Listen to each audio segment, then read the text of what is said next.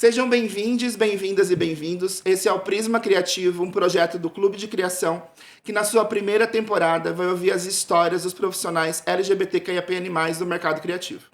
A ideia do Prisma não é ser uma entrevista burocrática, mas sim um bate-papo gostoso com os nossos convidados. Eu sou Heitor Caetano, criativo multiplataforma e co-presidente do Clube de Criação, e hoje eu estou aqui com Felipe Simi, CEO da Droga 5, e Tato Bono, presidente da Publicis Production. Como vocês estão, gente? Tô ótima, obrigada pelo convite. É um maior prazer estar aqui com vocês e com o Felipe também, que eu não conhecia pessoalmente. A gente acabou de dar esse oi, também estou muito pronto para esse papo gostoso. Só conheci ele da fama mesmo. Muito obrigado. E vice-versa. Obrigado Esse pelo lugar convite. é um grande lugar de encontros. Sim. A gente tem promovido encontros maravilhosos. Mas para dar start aqui na nossa conversa, eu queria que vocês se apresentassem brevemente, contassem um pouquinho da história profissional de vocês, que aí depois a gente vai entrar aqui na sabatina. Bom, já me apresentou, né? Tato Bono.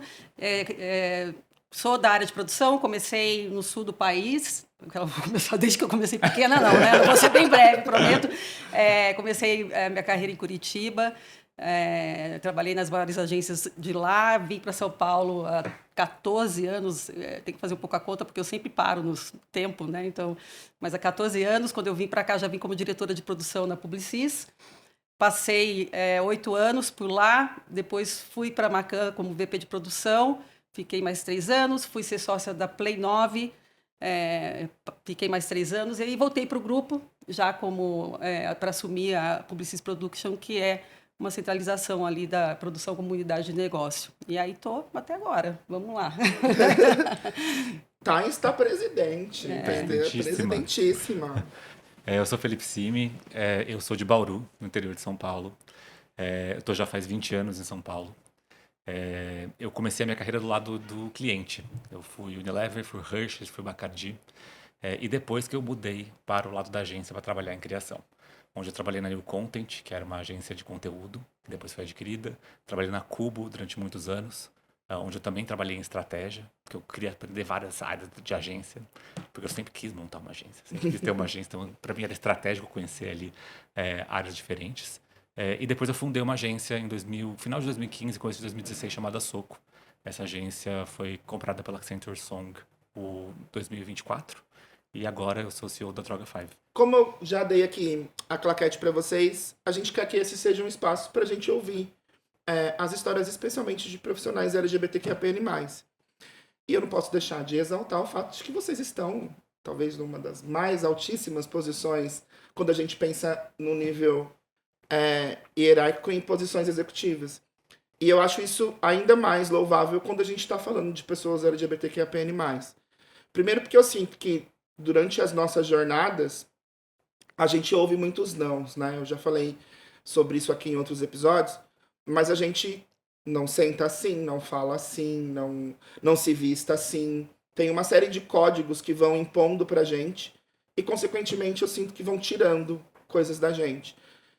E enquanto tiram coisas da gente, tiram também, talvez, essa possibilidade de ambicionar estar em lugares grandiosos, porque a própria sociedade acaba levando, especialmente pessoas LGBTs, para esse lugar, às vezes, muito estereotipado, inclusive profissionalmente, de onde você pode chegar. Então, eu queria começar esse nosso papo quase pelo final, assim, que é em que momento vocês entenderam que esse lugar era possível, assim, em que momento vocês desviaram desse roteiro de que pessoas como nós têm que estar à margem e começaram a acreditar que esse lugar alto era uma possibilidade. Para mim, posso falar? Claro. Para mim, esse lugar, ele não veio automaticamente. Assim, primeiro que eu acho que eu passei por um processo de aceitação sobre quem eu era. Acho que nem sempre eu me entendi gay, porque era mais fácil não me entender gay, para me encaixar na sociedade. Então, as duas coisas andaram um pouco em paralelo para mim ao longo da carreira também. Eu fui entender que eu era gay mesmo aos 21 anos. Foi tarde, relativamente tarde. Só que o merecimento, colocando desse modo como você trouxe, de ocupar uma posição alta dentro da publicidade, ele veio para mim com um outro tipo de sentimento, que é um sentimento de vingança pela violência que eu sofri. Eu sempre quis estar nesse lugar para mostrar que era possível. Eu sempre quis estar nesse lugar para mostrar para toda a violência que eu sofri ao longo da minha carreira do lado do cliente, ou na tentativa, por exemplo, de entrar em agências, de que pessoas como eu, e olha que eu sou um homem super privilegiado, sendo um homem branco, né? Que pessoas como eu, pessoas que estão à margem, pessoas que são diversas, pessoas que normalmente não são bem-vindas à publicidade, pudessem alcançar esse lugar. Eu sempre falo que eu fundei uma agência com um sentimento muito negativo, mas com uma proposta muito positiva. Que assim, eu que realmente estava com uma raiva, né? Uma vontade assim, cara, eu preciso provar para o mercado que é possível. Eu preciso provar que dá. E eu preciso provar que a gente consegue fazer um trabalho bom pra caramba, porque sempre o que eu ouvi ao longo da minha carreira quando eu tentei entrar em agências é de que a gente não tinha portfólio, de que eu ainda não tinha uma pasta suficiente, mas eu também nunca tive a oportunidade para fazer aquilo, né? E uma coisa está sempre conectada à outra, é ovo e galinha, né? Se ninguém me der uma oportunidade, eu não vou conseguir fazer pasta. E a hora que você olhava para as agências, principalmente naquela época, nos anos 2000, né? Eram todas, assim, majoritariamente muito parecidas. Eram homens héteros brancos, majoritariamente tomando todos os cargos de poder. Não que tenha mudado muito, Exato. mas... Acho que melhorou, a gente vê isso pelo Melhorou censo. bastante. Era bem radical na época, assim. E eu lembro que eu fui fazer uma entrevista numa agência, até que eu ouvi, acho que você não vai se dar bem aqui. E eu perguntei por quê. Ele falou, porque as pessoas não vão ser muito legais com você. Porque eu era, obviamente, gay, né? Tipo, nos meus trejeitos, maneira de falar e tal. Então, eu fui rejeitado porque a pessoa achou que eu ia sofrer uma violência e eu ia dar trabalho, sabe? Por sofrer essa violência. Então, eu fui acumulando essas histórias, esse histórico, e isso me fez muita vontade de falar assim, eu vou chegar nesse lugar e eu vou mostrar que dá. E você, Tato? Eu acho que o nosso início foi um pouco parecido em relação à aceitação. Eu sempre acho que o mais difícil, né, nessa história é o se aceitar, né? Você olhar no espelho e falar sou gay, mais do que ser aceito é você olhar para dentro e se aceitar. Então também foi tardio para mim, foi com 18, 19 anos, mas eu acho que eu mirei esse espaço antes de me aceitar. Então foi um pouco o contrário, eu já olhei e falei, eu quero chegar lá, esse rumo profissional, quero sair, eu sou de Londrina, então quero sair de Londrina, quero ser uma profissional X, quero vencer na vida, e aí depois veio a aceitação.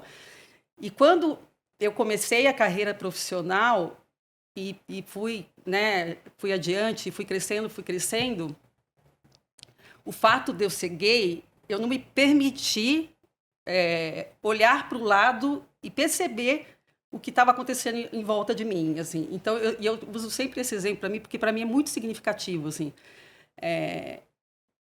Uma vez me perguntaram para mim, acho que foi numa roda de conversa, acho que até numa roda de conversa, já contei essa história, já. Perguntaram para mim, faz pouco tempo, falando assim, você já sofreu preconceito? Durante a tua carreira, você sofreu preconceito? E eu respondi, não lembro. E depois, caindo essa ficha, é muito, muito sério isso, porque eu apaguei isso da minha história. Acontece. Eu apaguei isso completamente da minha história. É óbvio que eu devo ter sofrido preconceito. É óbvio que eu sofri preconceito, inclusive da maneira como eu me portava em relação a piadas, em relação a um ambiente super masculino em criação, né? Eu sou de produção, então eu tinha que estar ali no meio, fazendo parte da galera.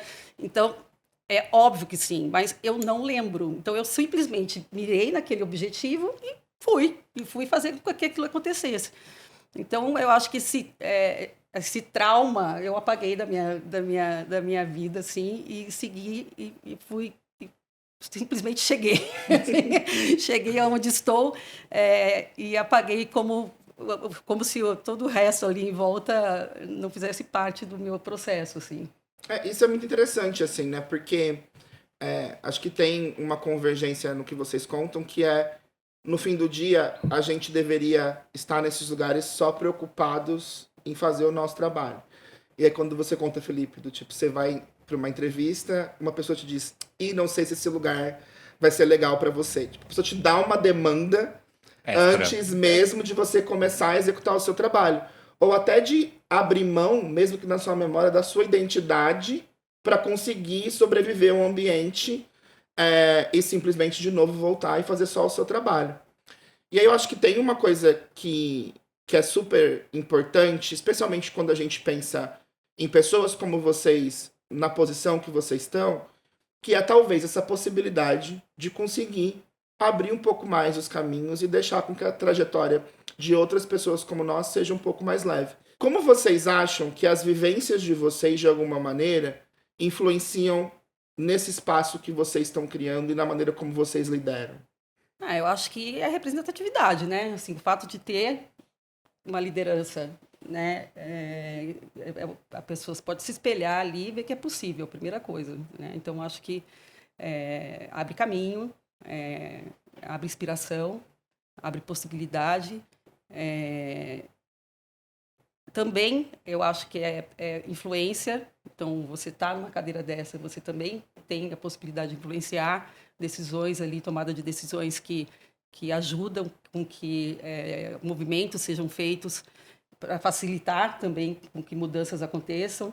Então, acho que também isso é super importante. Mas eu acho que também tem muita coisa que o fato da gente estar numa cadeira dessa, a gente também tem que movimentar coisas no mercado como um todo. Você trouxe aí premiações, enfim, né? Ainda tem premiações que com foco em mulheres, né? Que eu vejo, não vejo mulheres lésbicas sendo premiadas, assim. Então, são coisas que eu já fico ventilando por trás e, obviamente, colocando isso em pauta, porque vai chegar ali na administração da premiação e falar, puxa, isso está acontecendo, né? Alguém tem que olhar para isso. Então, acho que esse é o papel, de você estar numa posição que você pode gerar influência, pode gerar, né, inspiração e pode gerar ali representatividade. Para mim, a fundação da minha agência ela veio muito pautada em dois pilares, assim, né? Acho que um era a colaboração, porque eu nunca entendi o fordismo da publicidade, de passar de uma área para outra até chegar no produto. Então eu queria mostrar que a colaboração radical chegaria em produtos criativos melhores. E o segundo produto era a diversidade. E isso já vem da minha vivência, que é eu não encontrava pessoas diversas que representavam de fato o Brasil nas agências de publicidade. Eram sempre as mesmas pessoas que estudaram nos mesmos lugares e se pareciam uma com as outras. E quando a gente tem as mesmas referências, sendo que essas pessoas passaram pelos mesmos lugares, as histórias tendem a ser muito parecidas. Essa era toda a minha tese na hora de fundar uma agência. Então, como eu trago essa vivência para cá, né? Tipo, foi provar para o mercado que é possível construir uma agência que combate as toxicidades, sendo uma delas, inclusive, a barreira para a diversidade, para entregar um produto criativo extremamente relevante. Então, para mim, essa foi o ponto central de trazer a minha vivência para uma agência de publicidade. Então, por exemplo, a gente pautou a contratação e a integração 100% em proporcionalidade, que é essa agência vai ser proporcional ao Brasil. Então vamos ter, se o Brasil tem 55% de pessoas negras, vai ter 55% de pessoas negras aqui. Se o Brasil tem 10% de LGBTs, no mínimo vai ter isso. No fim a gente tem até mais, porque tem 42% de LGBTs no Brasil. São 49% de pessoas negras, não chegamos a 55 ainda, mas continuamos crescendo o tempo todo. Porque essa é a visão. A visão eu preciso ter pessoas de todos os lugares do Brasil, de todas as identidades refletidas aqui dentro, para conseguir contar as histórias que de fato sejam relevantes para essa população. E para mim, essa vivência veio de um lugar de que assim, eu não achava que as histórias que eram contadas sobre mim eram relevantes e eu também não achava que as pessoas que estavam ocupando os lugares na publicidade eram as pessoas que de todos os lugares deveriam ocupar, né? Tipo, pessoas LGBTs, pessoas negras, dentro de pessoas trans, por exemplo, de LGBTs, muito menos ainda, né? Tem muito menos espaço. Pessoas de outros eixos que não fossem do Rio de São Paulo, também acontecia bastante. Então, trazer isso para dentro da agência era a minha prioridade. E mostrar que essas pessoas trariam um produto criativo relevante. Então, por isso que não podia ser só diversidade. Eu sempre falava isso. Cara, se a gente for falar só sobre diversidade e não tiver um produto criativo incrível, que seja validado por esse mercado, a gente vai dar uma de bandeja para a galera falar, tá vendo aquela galera lá é toda tilelê, mas não entrega nada. Né? Então a gente tinha que fazer melhor, né? Além de tudo, né? Para não errar. Isso foi ser dobrado, né? Exatamente, para não errar. Porque eu sempre tive a sensação que estava todo mundo esperando a gente errar, sabe? Em alguma coisa. Fazer um produto muito ruim ou fazer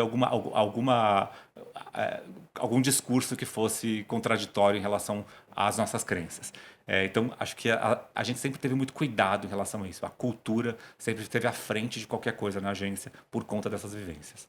E estão acertando bem, né? Até Diga-se aqui, os... assim, mas a gente erra bastante também. E a gente assume os erros. E é verdade, tem Faz parte, muito né? erro. Faz parte, né? Tem muito erro.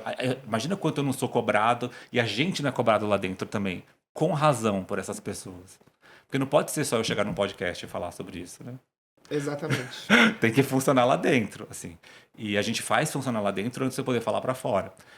E quando não funciona, a gente é o primeiro a assumir que não está funcionando e fazer consertar, né? E tem que ser desse. Isso é cultura. A cultura realmente acontece na prática quando você permite que as pessoas te apontem o dedo na cara e falem assim, isso aqui tá errado. E você vai lá e fala, sim, você tem razão, conserta. Boa. Eu quero aproveitar esse espaço também para comprovar uma tese, que para mim a crise do mercado, ela também é estética.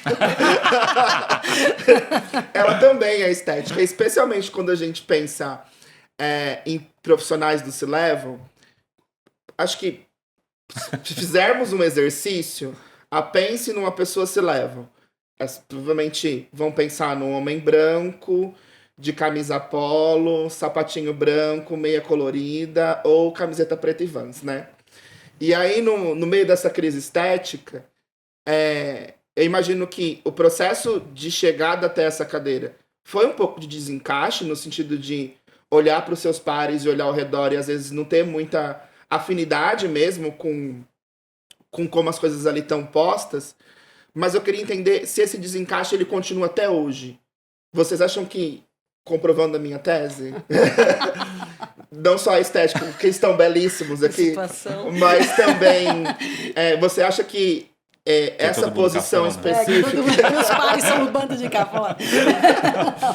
para além da estética, vocês acham que esse rosto do C-Level, ele ainda é esse homem branco hétero cis, ou as coisas estão mudando? E mais do que isso, como vocês têm se visto no meio disso, assim? Esse desencaixe é uma coisa que perdura, ou vocês também acham que a gente já está encontrando lugares mais fluidos? Vou falar primeiro, depois eu falo da crise estética. Mas o desencaixe, eu acho que no meu caso, além da questão pessoal, tinha um desencaixe pela área. A área de produção chegar a C-Level no Brasil já foi algo que talvez tenha sido uma conquista grande, assim. Então, aí já começava o desencaixe. Então, para você ter um C-Level de produção, assim, porque produção sempre foi meio cozinha, né? Assim, tratado como tal. Agora vem a produção, olha lá vem a produção, vai por último, vem Final lá, da cadeia, né? é ponta. Então, começar a pensar em produção como área estratégica foi uma mudança de mindset, assim, que agora aconteceu. Então, é recente esse encaixe, vamos dizer assim. Que agora eu me sinto, pelo menos no grupo onde eu estou, eu me sinto confortável. Uhum. Né? E agora, falando também pelo momento que eu estou, mas assim, pelo momento que eu estou, tá? Eu me sinto muito confortável porque a liderança é muito feminina. É muito feminina. Então, isso promove um ambiente, né, também favorável. E aí também contribui esteticamente. Não, temos homens brancos de meia branca, né, suéter e tudo mais. Então, Nada contra, gente. nada Temos contra, amigos cada um que com a são. missão. Temos amigos que são. Mas assim, então acho que o ambiente que eu estou está bem favorável, né, atualmente. E o que eu sinto? Que os dados, assim, né, quando a gente olha, por exemplo, o censo você citou o Observatório da Diversidade da Comunicação, que mudou agora o nome, né? Eles inclusive mudaram para abranger mais indústrias dentro da nossa indústria. E eu achei isso muito legal que eles fizeram. Mas o dado do último censo mostra que ainda é muito homem branco hétero, mesmo C-Level. Do último. Vai ter um novo censo agora esse ano. Eu acho que vai ter uma mudança. Porque quando a gente vai nos espaços, eu consigo ver muito mais, por exemplo, mulheres CEOs de agência hoje do que tinham 2 anos, 3 anos atrás. Muita mulher assumiu, Muita mulher assumiu. Agora, quando você olha para pessoas negras, por exemplo, menos. bem menos. Bem menos. Inclusive, o do último censo de 24 para 25, de 23 para 24, aliás, houve uma queda de mulheres negras na publicidade. Né? Então, isso diminuiu, em vez de aumentar, em vez de subir. Isso também acho que é um sintoma bastante significativo sobre como a gente trata a inclusão, não só a maneira de você trazer a diversidade para dentro das agências. Então eu acho que a gente ainda está distante de fazer uma mudança radical no C-Level, mas eu ainda acho que a gente tem uma intenção, e essa intenção está lá. É que eu acho que ela está hoje mais naturalmente favorecendo as camadas mais confortáveis de diversidade, que são homens gays e mulheres brancas, hétero, ainda. Mas a gente está avançando, e eu acho que isso já é alguma coisa. Eu sinto que ainda precisamos de um pouquinho mais de intencionalidade dos grandes grupos, porque no fim do dia são eles que fazem essas grandes movimentações majoritariamente, porque as agências independentes já têm uma movimentação maior nesse lugar, de ter mais intencionalidade de colocar e apostar, sabe? Isso eu ainda sinto um pouco de falta, porque eu sou bem chato e crítico com essas coisas, e eu acho que tem que puxar mais mesmo, sabe? O que a gente está fazendo de errado para não puxar mais pessoas diversas dentro do cargo de C-Level, que eu ainda sinto falta. E acho que até olhar não só para o C-Level, mas para outras camadas, né? Você mesmo apontou que a gente vem tendo quedas, e eu acho que mais do que isso eu tenho percebido um contramovimento do mercado em relação a coisas que eu imagino que a gente já tivesse avançado. Até brinco que às vezes eu esbarro com situações que eu falo, gente, eu já não tinha discutido isso antes, assim, Voltou tipo, tudo. já não tinha, a gente já não tinha conversado sobre isso. Em um dos nossos papos aqui, a gente trouxe a Mina, que é a presidenta do Ocupa Trans, e aí ela trouxe num tom de brincadeira uma situação que eu queria trazer aqui pra gente discutir, que ela falou, né, olharam para pessoas trans em janeiro e em junho, e aí quando a gente cobrou mais participação, mais visibilidade, parece que falaram assim, vocês já tem janeiro e junho, já que vocês estão pedindo mais, agora vocês não vão ter nada. Parece que teve um contramovimento do mercado de a gente já fiz muito por vocês, agora se virem aí. Vocês têm visto esse retrocesso, não só na camada, obviamente, de empregabilidade, de ocupação de espaços, mas também na maneira como a gente está produzindo as narrativas? Eu acho que o retrocesso é também. A gente replica também políticas também do mundo, né? A gente está num mundo globalizado e a gente está vivendo um retrocesso. A gente tá aí, o governo Trump ele fez com que as empresas, né, acabassem com a política. Enfim, e aí isso refletiu aqui no Brasil também. Então, acho que é um reflexo de uma política que está sendo aí cascateada. Então, infelizmente, acho que a gente vai estar passando por isso e vai sofrer a consequência por anos, né? Até a gente resgatar e, enfim, mudar alguma coisa e retomar o que se perdeu. E é muito, muito ruim, né? Porque a gente leva anos para construir e para destruir é muito rápido. E aí depois para construir de novo vai ser mais anos, né? Eu lembro que a gente, quando aconteceu a pandemia, eu até escrevi um texto sobre isso, que justamente que a gente estava com índice de pessoas trans no mercado de trabalho, ele estava aumentando, né? E aí eu falei, gente, a gente tem que ver depois da pandemia como é que ia ser isso, porque todo mundo ficando em casa, como é que vai ser a retomada dessas pessoas no trabalho, né? E caiu, realmente caiu. Então, assim, é difícil, né? Cada vez que a gente avança, parece que cai, voltam vários passos, assim. E a política está totalmente relacionada a isso. Não tem como hoje né, separar, assim. Então, acho que é reflexo disso. Eu acho que sempre que o sistema encontrar brecha para retroceder avanços identitários, ele vai fazer. Né? Do tipo, que é o ponto do mundo que colocou aqui. E acho que é o que está acontecendo hoje. E a gente está vivendo isso no mundo todo e, consequentemente, na publicidade. E é pendular. A gente já viu isso acontecer em outras décadas. Vai voltar. Exato.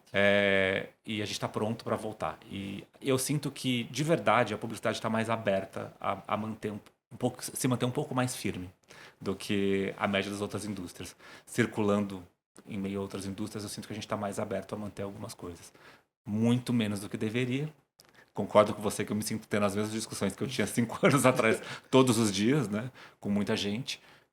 Mas ainda assim eu sinto que a gente está mais aberto a fazer essas coisas. Por exemplo, o Observatório ainda tem as agências associadas, ainda tem ali uma intenção de fazer as coisas. São muitas, são quase 30, querendo de fato o progresso, buscando alternativas, querendo manter as coisas evoluindo. Eu já acho que isso é alguma coisa. Não, e até porque os clientes também acordaram que é uma fatia de, né, que representa a compra ali muito grande, né? Então, Exatamente, exatamente. Por outro lado, eu acho que a gente não pode deixar de ficar vigilante, né? E continuar exercendo o nosso papel de puxar essa agenda e as ações. Então, por exemplo, o que aconteceu esse ano na parada LGBT de São Paulo, para mim é bastante sintomático, dessa relação que está acontecendo com o mundo todo. A parada perdeu praticamente todos os patrocinadores, né? E isso fala de um receio muito grande das marcas em se associarem a quem a gente é. Exato. Eu me sinto ofendido com isso. Completamente. Eu me sinto muito ofendido com isso. Porque acho que no marketing, na publicidade, a gente trata a urgência como se fosse tendência. Tipo, é isso que a gente faz, né? Isso já não é mais tendência falar com LGBT, agora é clima. Poxa, gente. Como assim? Se você se propõe a tratar um público que você acha estratégico aquilo, se você se propõe a falar de um tema que você acha estratégico aquilo para sua marca, para o seu negócio, aquilo lá passa a ser um pilar, né? A gente não está mais na moda. De repente, a diversidade não está mais na moda, ou a gente foi longe demais, né? Também que é uma coisa que eu já ouvi. Você já tem um mês. Que a Guilhermina falou pra você, assim, às vezes a gente já foi longe demais, eu já ouvi isso também. É que foi longe demais essa coisa. Quando chegou aí, do todes, vai essa linguagem neutra. Eu juro que eu já ouvi isso, esse tipo de coisa. Então, por quê? O sistema, no fim do dia, quando ele puder uma brecha, ele vai voltar para o status quo. E a gente tem que estar vigilante para isso não acontecer. Porque, afinal, é nossa responsabilidade, inclusive, na posição de poder que a gente ocupa, de puxar essa agenda. É até um pouco frustrante, assim, porque nós somos uma indústria que, em muitos dos casos, a Tato vai saber falar disso melhor do que ninguém, a gente faz o impossível acontecer, né? A gente inventa bonecos que mudam de cor, a gente cria tecnologias que não existem, mas criar uma forma mais efetiva de incluir pessoas, a gente não está conseguindo, assim, né? É que é uma cadeia gigantesca, né? Que você tem que ser vigilante, né? Desde do início da ideia ali por trás até a produção, que é quem está por trás da câmera, quem vem, né? Quem é o parceiro que você está contratando. Então, assim, é quem está na frente da câmera. Então, é uma cadeia realmente que tem que ser incansável, porque uma hora você pisca, já voltamos alguns passos, assim. Mas estamos aqui. E tanto estamos aqui que eu queria também falar com vocês um pouco de autoestima, mas num outro lugar, assim. Que o relato da Tata acho que mostra um pouco disso, né? A gente vai se esforçando tanto e a gente vai se empenhando um tanto para chegar nesse lugar que talvez a gente até dê menos importância ou relevância ao lugar que a gente chegou, assim, né? Depois de tanto esforço, parece que a gente tem que continuar sempre vigilante e esquece um pouco do lugar que a gente chegou, assim. E um dos principais objetivos desse projeto é dar nome e dar rosto para profissionais LGBTQIA+, que sempre tiveram aqui, para que a geração atual ou novas gerações consigam se identificar de alguma forma e até encontrar possibilidade nessas figuras, assim. O que eu queria saber de vocês nesse sentido vocês já entenderam quanto que vocês inspiram outras pessoas? No sentido de mesmo que isso não tenha chego em vocês ou que tenha chego em vocês, mas de ter realizado que cheguei aqui apesar de, sabe? Tipo, em algum momento tem esse vinho aberto para celebrar ser uma existência nesse lugar? Eu acho que hoje, cada vez mais, eu tenho essa consciência, mas eu confesso que é muito recente. Assim, isso, muito recente. Terapia. Muito recente, muito recente. Eu assumi tomar conta dessa minha cadeira, ser proprietária disso aqui. Porque eu não reconhecia mesmo, assim. Eu acho que eu não percebi, assim. Eu não percebia. Até muito pouco tempo atrás eu não percebia. Tô muito contigo. E eu acho que é muito comum isso. Há muitas pessoas que não são né? Tipo, homens brancos ocupando essas posições. Eu tenho um episódio que eu vou dividir com vocês que aconteceu aqui, momento abrindo o coração, episódios que aconteceram na minha vida, que foi o dia que eu entendi. Eu estava em casa, era 2021, meio da pandemia, eu recebi uma mensagem no celular de uma pessoa que era de Curitiba, falando assim, eu sou fulano de tal, eu sou diretora de uma escola aqui em Curitiba, eu posso te ligar? E assim, eu falei, o que será que tá acontecendo, né? Aí eu falei, claro, me liga amanhã a tal hora. Ela me ligou, ela falou assim, então, que é o seguinte, os meus alunos do terceiro colegial e do cursinho, que vão prestar vestibular para publicidade, estão enlouquecidos por você e pela Soco. Aí eu falei assim, calma, eles nem entraram na publicidade ainda, eles me conhecem e conhecem a Soco? Sim. Esse dia eu tive uma coisa que eu não sabia o que era, mas eu descobri que era uma crise de pânico. Porque eu entendi a extensão da responsabilidade que poderia chegar. Eu não tinha ideia daquilo acontecendo ainda, mas dentro de casa, fechado, né? E foi, acho que, o momento que minha ficha caiu, assim, do tipo que eu realmente poderia significar alguma coisa para essas pessoas, né? Passar a ser uma referência de alguma forma. E essa responsabilidade, ao mesmo tempo que me deixou muito grato, me deixou muito assustado, né? Do que aquilo significaria. Então, acho que esse dia foi o dia que a ficha caiu para mim, assim. Então, ao mesmo tempo que foi muito legal, foi muito assustador. E eu falei, muita terapia depois. Acho que hoje eu consigo abraçar um pouco mais esse fato e essa realidade, assim. Acho que eu mereço estar assim nesse lugar e eu acho que é legal poder estar nesse lugar inspirando outras pessoas com o que eu faço e também sabendo de todas as falhas que eu tenho, que também acho que é importante, né? Eu achava que eu tinha que ser super-herói, né? Tipo, o tempo todo, tipo, só as coisas boas, tudo direito. Hoje eu me permito errar. Que bom. Que é isso, eu sinto que às vezes até isso tiram da gente, né? Parece que a gente tem que estar sempre alerta e sempre se dando o tempo todo. E aí também acho que tem uma coisa em comum entre nós que é, às vezes, chegar nessa cadeira e também não se contemplar só com o eu resolvido. Mas a gente quer, de fato, que as coisas se movimentem e outras coisas aconteçam, assim. E aí eu queria falar também um pouco de sonho, né? Então, tem uma trajetória, existe o lugar que vocês estão. E aí eu queria entender o que vocês estão pensando daqui pra frente, assim, que sonho ainda pulsa aí dentro. E até olhando para essa trajetória, se existia uma situação em que vocês entenderam, tipo, putz, esse sonho foi, sabe? Tipo, isso aqui eu consegui. E às vezes uma bobeira, assim, né? Mas em que momento vocês acham que esse sonho ou pulsou e fez vocês lembrarem um pouco de quem vocês eram e que sonhos ainda tem aí dentro? Eu acho que, assim, aquela menina que saiu de Londrina, que antes de se olhar no espelho e falar sou gay, falou quero chegar lá, hoje eu me sinto super realizada, assim, nível profissional, pessoal, tenho uma família linda, tenho uma mulher linda, uma enteada linda, tenho um labrador, tenho tenho uma casa linda, assim, então acho que não posso reclamar em nada da minha vida, assim, então eu sempre uso quando eu estou no banho, porque no banho a gente pensa muito, né? Então, assim, no banho sempre cai aquela chave, assim, que fala, puxa, é verdade, né? Ou, tanto quando você sonha, você fala assim, puta, o que eu estou pensando? Eu falo, nossa, gente, eu nem imaginava que... Eu esqueci que eu tinha pedido aquilo, né? Eu esqueci que eu tinha pensado em chegar naquele lugar, e olha, agora eu já estou fazendo e nem valorizei.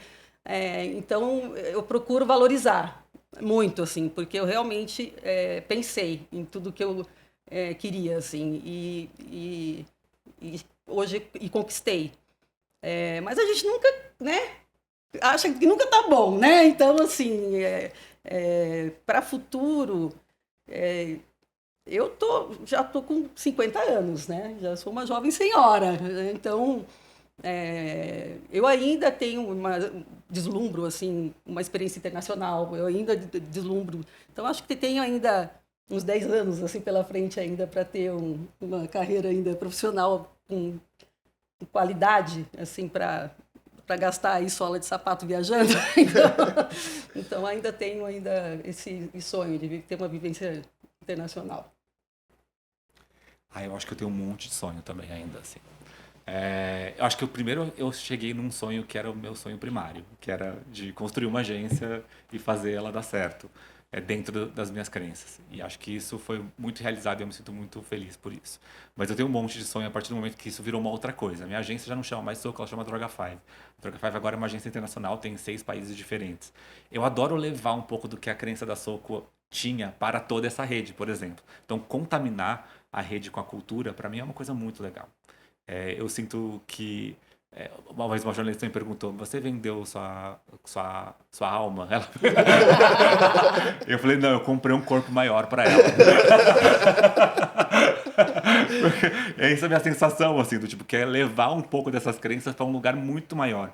E ter esse tipo de impacto é sempre o que me motivou a vida inteira, assim. Eu nunca achei que a Soco pudesse ficar tão grande. Eu sempre fiquei mais preocupado com o impacto que ela pudesse ter dentro do universo que ela fosse alcançar. E agora, com esse tipo de alcance que eu sinto que a gente consegue ter dentro de um grupo, é muito legal. E a abertura que eu tenho nesse grupo também é gigante, assim. Então, esse é um sonho que eu tenho profissional muito grande. E, pessoalmente, eu também sou casado, meu marido, apaixonado, amo. 11 anos juntos já, quero ter filhos, quero formar uma família. Também tenho muita coisa para sonhar ainda na vida pessoal, que também me enche o coração de esperança e vontade de viver, assim. Então, sonhos tem muitas coisas acontecendo. E eu acho que também, do ponto de vista de cidadania, eu também tenho muitos sonhos, cara, para a cidade, para o país. Eu sou uma pessoa muito idealista, né? Do tipo, imagina, eu sonhava com uma agência completamente chilelê. Ainda bem que eu tinha uma sócia que me botava no chão, senão eu tinha uma ONG. Mas assim, eu tenho muitos sonhos, assim. Eu acho que são muito possíveis de acontecerem, assim. Acho que é uma questão mais de alinhamento de mundo, que como eu falei, acho que é pendular uma hora acontece, assim. Eu vou continuar jogando pelo que acredito.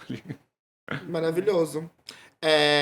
Tem um momento aqui do nosso papo que eu tô chamando de devolver o constrangimento. Afinal, também sou LGBT. Não sei se vocês perceberam, gente, mas também sou LGBT. Que é o momento onde vocês vão devolver a pergunta pra mim. Vocês podem fazer uma pergunta. Espero que vocês façam uma pergunta pra mim. Então, quando vocês pensam nisso, de novo, né? Esse projeto é muito pra gente conseguir criar visibilidade, mas especialmente, de alguma forma, criar também referências, não é nem novas, porque elas sempre estiveram aqui, né? Talvez a gente só não tenha dado a oportunidade delas contarem as suas histórias. Mas que essas novas gerações consigam enxergar essa possibilidade. O que vocês diriam para o jovem Felipe, para a jovem Tato? Uma coisa que vocês aprenderam depois, durante a jornada de vocês, mas que, ao invés de ouvir, por exemplo, Felipe, que esse lugar vai ser difícil para você, o que você gostaria de ter ouvido nesse início de trajetória que talvez tivesse tornado o caminho de vocês um pouco mais fluido? Já que eu tô com o olho cheio de água. Sou uma pessoa muito Vai primeiro. emocionada. Não. É porque no momento do RuPaul Drag Race, quando pega aquela foto de criança das drags, fala assim: o que você diria pro jovem Felipe? Cara, pra mim, eu acho que eu tentei muito tempo me adequar ao mundo, né? Do que eu achava que era adequado, que ainda é pior, né? E acho que o mundo, durante muitos anos, também me provou que eu estava no caminho certo. Assim, do tipo, que era, é isso mesmo, tem que se adequar ou já era. Assim. E acho que o que eu diria para esse jovem Felipe é assim, cara, quanto antes você colocar para fora a sua identidade verdadeira, quem você é de verdade, assumir essa realidade e viver com o seu coração e com a sua alma, mais impacto você vai gerar na sua vida e na vida das pessoas. E eu demorei muito para entender isso de verdade. E eu não tô nem falando que foi logo aos 21 quando eu me assumi, não. Eu tô falando aos 40 mesmo, 38, sabe? Quando eu entendi o impacto que aquilo tudo que a gente estava construindo causou. Então acho que o meu recado para esse jovem Felipe seria esse, assim, do tipo, cara, vai viver quem você é de verdade e sofra as consequências que isso vai trazer, mas com certeza os frutos vão vir de um jeito muito mais leve.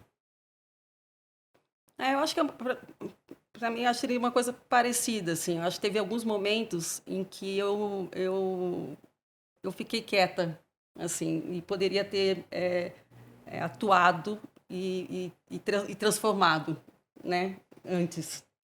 E eu me abstive, assim, para não causar desconforto, para não causar incômodo, né?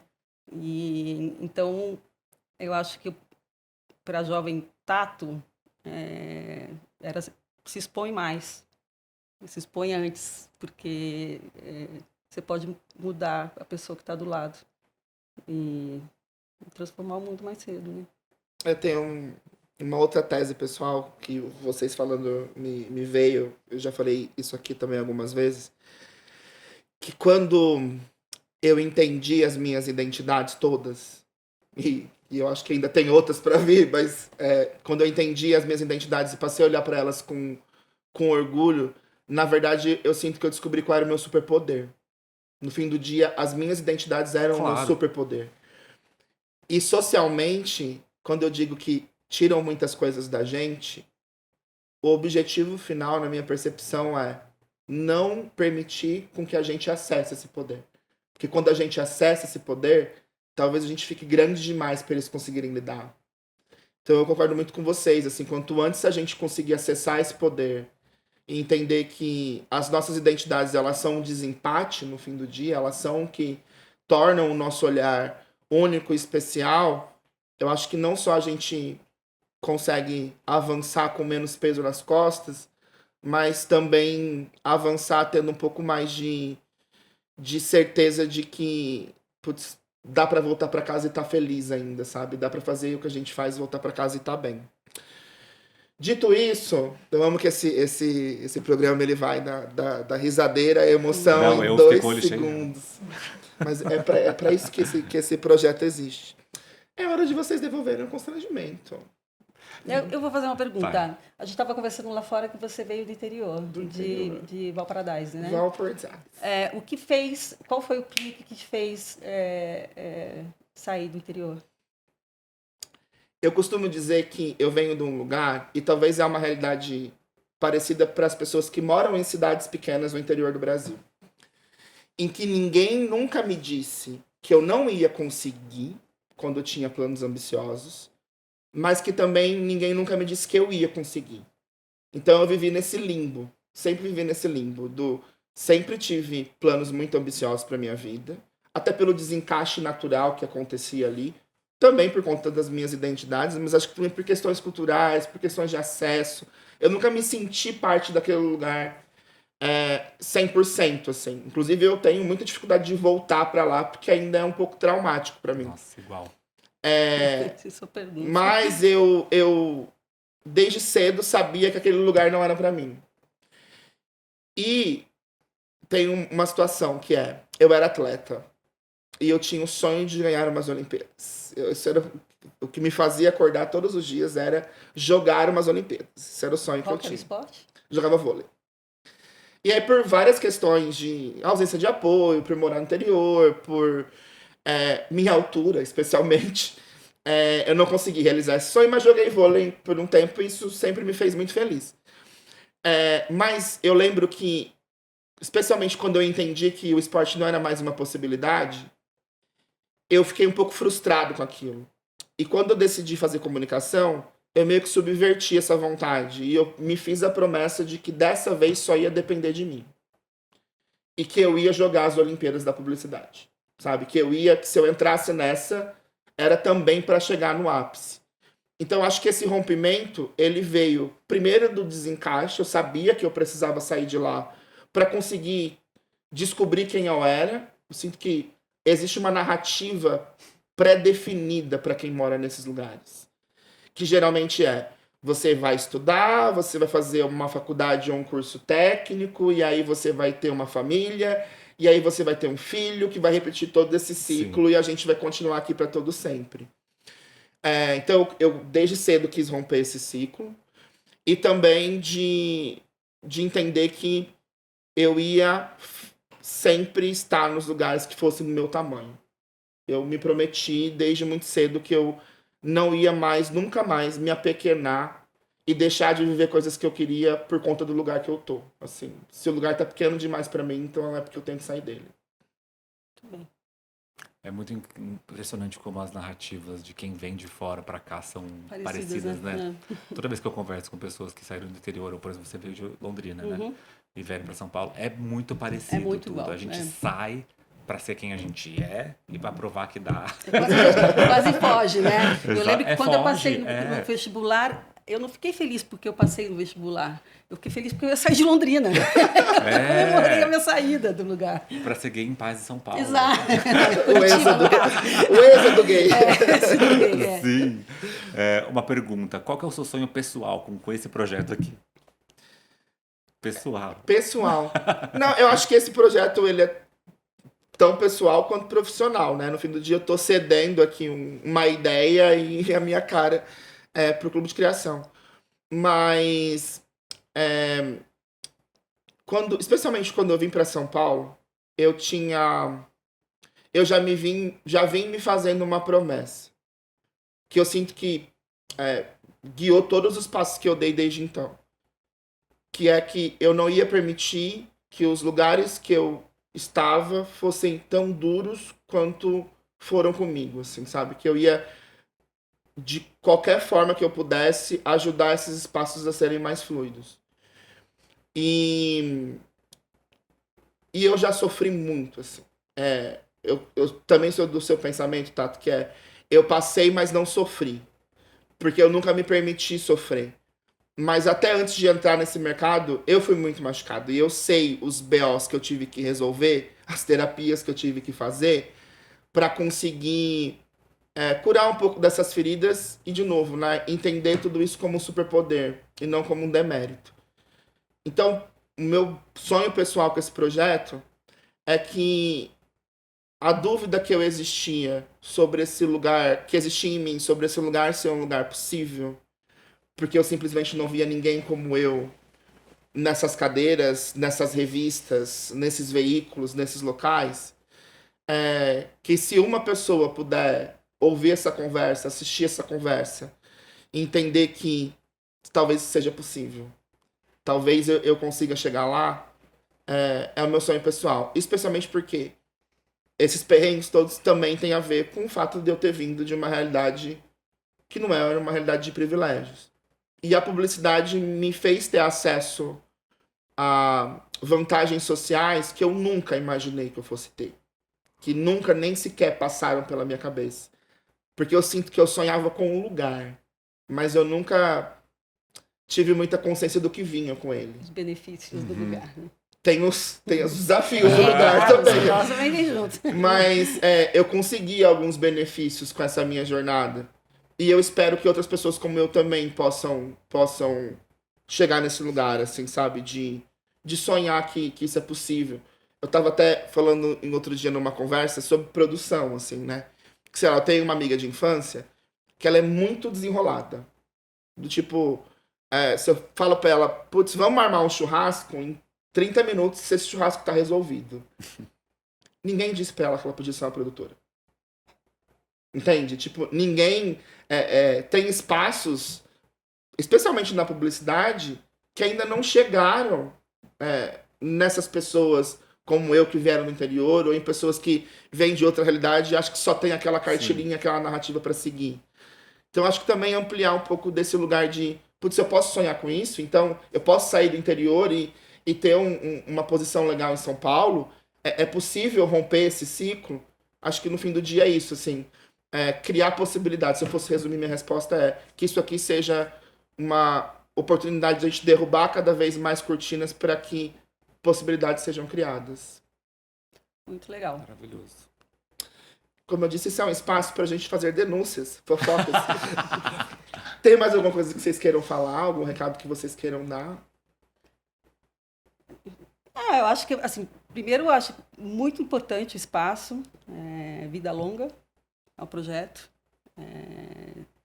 principalmente também partindo do clube, né? Então acho que também é mega relevante. Fico feliz também por ser convidada. Muito obrigada. E não vou denunciar ninguém, fiquem tranquilos. Dessa vez, pelo menos. Se eu soubesse que podia, eu vou pensar melhor.